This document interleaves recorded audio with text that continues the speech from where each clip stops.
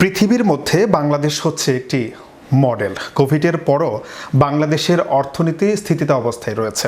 এছাড়া আরও বহু ক্ষেত্রে বাংলাদেশ অবিশ্বাস্য রকমের উন্নতি করেছে। আন্তর্জাতিক মুদ্রা তহবিলের ব্যবস্থাপনা পরিচালক ক্রিস্টেলিনা জর্জিয়েভা শেখ হাসিনার বিচক্ষণতাপূর্ণ নেতৃত্বের ভূয়সী প্রশংসা করে এসব কথা বলেন। বিস্তারিত থাকছে ডেস্ক রিপোর্টে।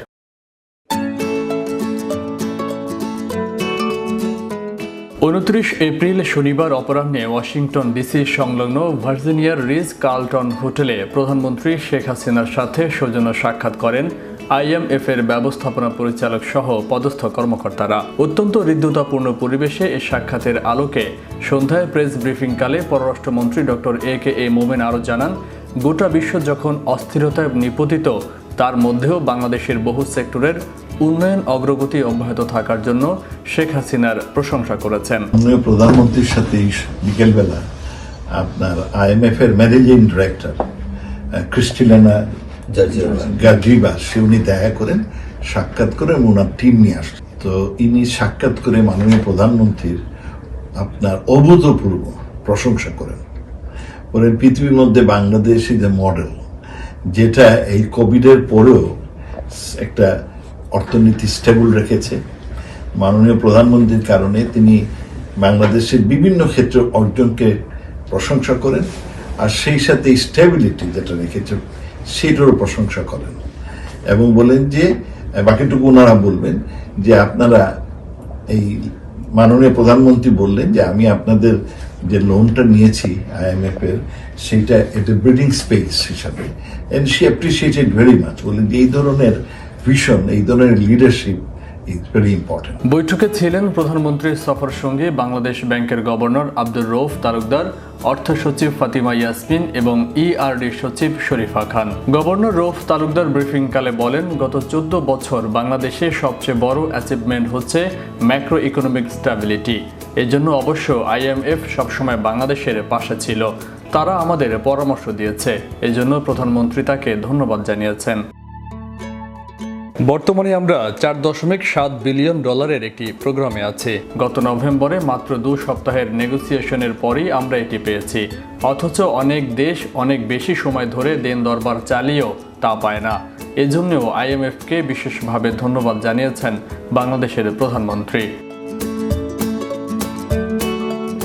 বাংলাদেশ ব্যাংকের গভর্নর উল্লেখ করেন, IMF-এর MD অঙ্গীকার করেছেন তাদের এমন সহযোগিতা ভবিষ্যতেও অব্যাহত থাকবে। তিনি আরও জানিয়েছেন, দিন রাত 24 ঘন্টা বাংলাদেশের জন্য IMF-এর দরজা খোলা রয়েছে। আমরা গত 14 বছর বাংলাদেশে যে সমস্ত অ্যাচিভমেন্ট, একটা বড় অ্যাচিভমেন্ট হলো ম্যাক্রো ইকোনমিক স্টেবিলিটি। এই অ্যাচিভমেন্টে কিন্তু IMF সবসময় আমাদের সাথে ছিলেন। আমরা 2টা প্রোগ্রামে ছিলাম এই সময়, প্লাস আমাদের আর্টিকেল ফর কনসালটেশন প্রতি 1 বছর পর পর হয়, এবং এছাড়া আমাদের বিভিন্ন স্টাফ ভিজিট হয়।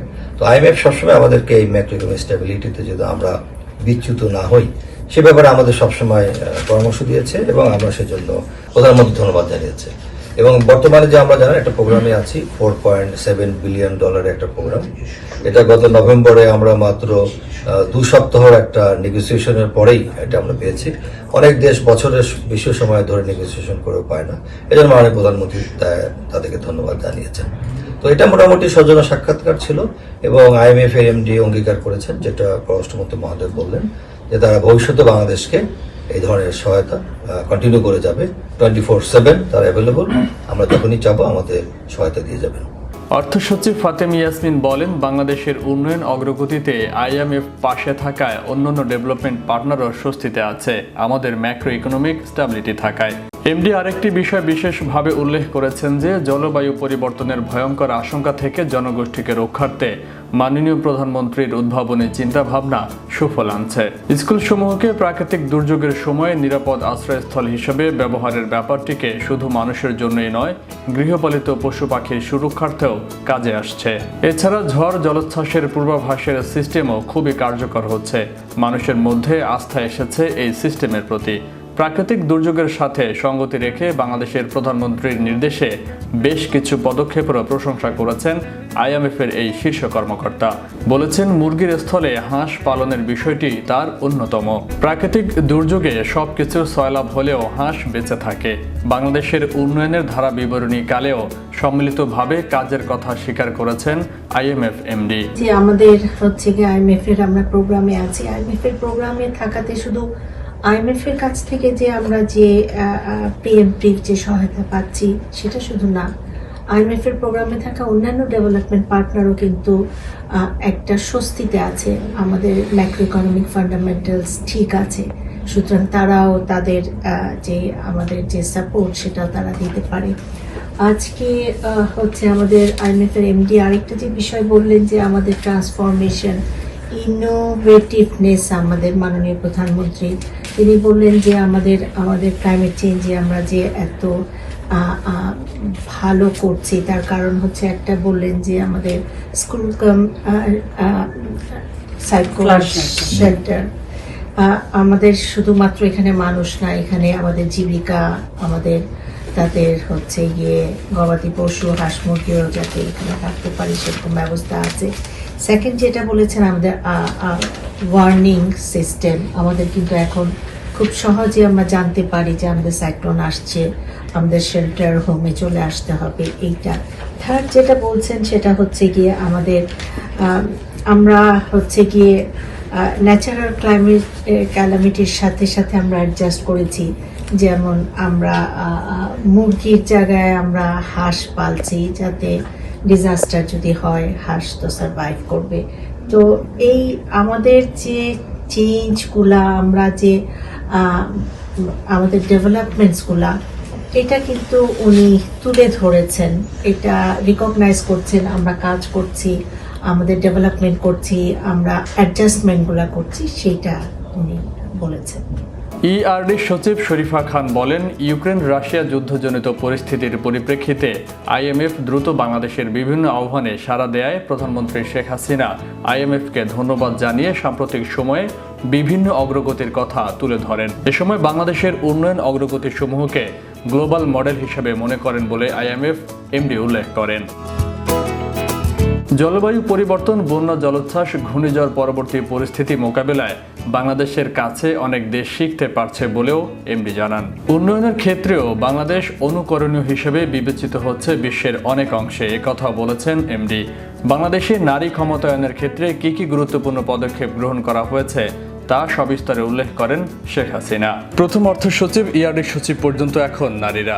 এছাড়া ডিজিটাল ব্যবস্থা গ্রাম পর্যায়ে চালু হওয়ায় সকল মানুষ তাদের সুযোগ সুবিধার তথ্য যেমন জানতে সক্ষম হচ্ছেন, একইভাবে সরকার প্রদত্ত অর্থ সহায়তাও সরাসরি হাতে পাচ্ছেন।